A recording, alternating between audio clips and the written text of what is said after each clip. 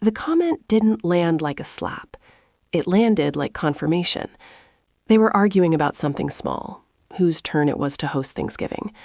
I think my sister had already decided she couldn't handle it this year. My mother was irritated. My father was staring at his plate like he always does when voices get sharp. I'd offered to help. I always offer to help.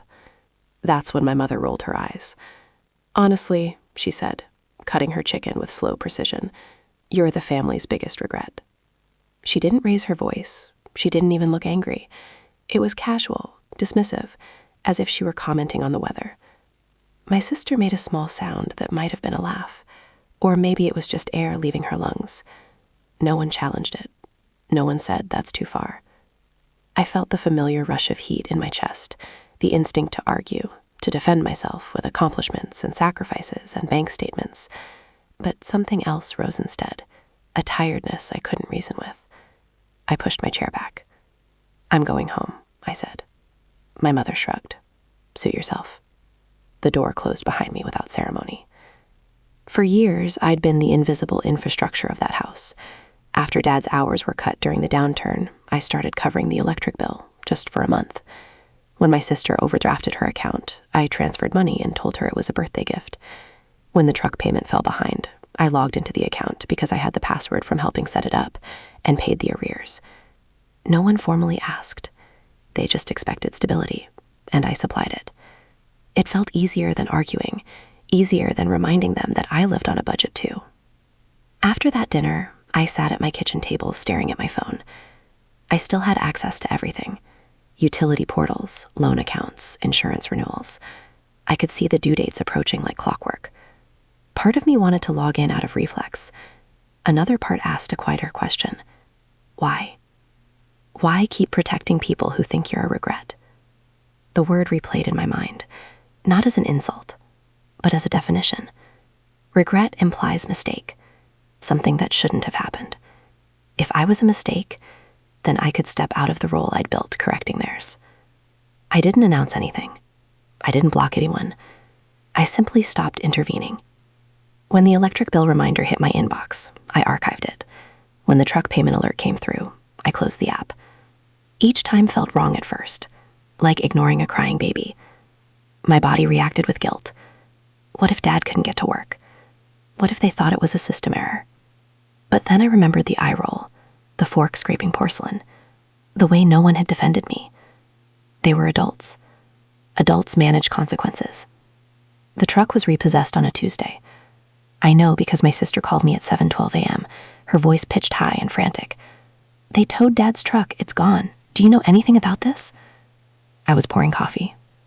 I didn't rush to answer. "If payments lapse long enough," I said evenly. "They send a recovery company." There was a beat of stunned silence. "Why didn't you tell us?" The question almost made me laugh, not because it was funny, but because it revealed the assumption underneath. "Why didn't you fix it?" "You get the same notice as I do," I said.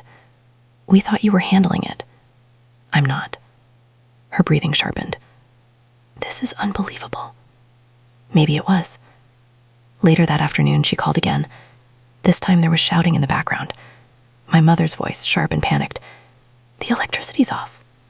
My sister said, "Everything's off. What is happening?" What was happening was simple. The final notice had expired. The utility company had followed procedure. A technician had come out and flipped a switch. Authority doesn't yell. It just acts. I imagined the house in silence. No refrigerator hum. No overhead lights. Just the echo of a space that had always assumed someone else would intervene. "Why didn't you say something?" My sister repeated. I stared at the kitchen window, at the steady daylight. "You didn't ask," I said. "You always handle it." I let that sit between us. Then I said the only thing that felt honest. "Regrets don't keep the lights on." She hung up on me. The next week was quiet. No one called to apologize. No one called to explain. Instead, I heard through short clip texts that they were figuring things out. Payment plans were being negotiated. Dad was borrowing rights to work. My sister was arguing with the loan company about reinstatement fees. Discomfort spread through their routines like a cold draft. I didn't step in. It wasn't satisfying. That's the part people assume wrong. There was no thrill in it. just a strange mix of sadness and relief. I'd been cushioning their irresponsibility for so long that the absence of it felt like stepping away from a machine that never powered down. A month after the dinner, my sister texted again. We worked out a payment plan with the electric company. I read it twice. Good, I replied. No emoji, no lecture, no offer, just acknowledgement. We haven't had another dinner like that. In fact, I haven't been invited to one since. That part stings more than I expected. It's easy to hold boundaries when you're angry. It's harder when you're simply excluded. But something has changed. When my mother calls now, her tone is different. Less dismissive. More careful. Not warm, but measured. Last week she said, "We're trying to get more organized with bills." I didn't volunteer to help. "Probably a good idea," I said. There are still fractures. My father hasn't spoken to me directly about any of it. My sister's messages are polite but distant.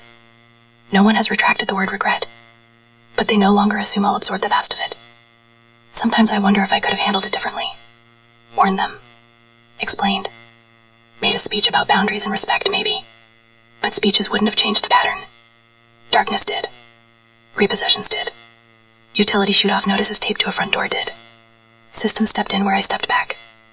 And now when my phone buzzes, it isn't an emergency anymore. It's just a message. And I get to decide whether I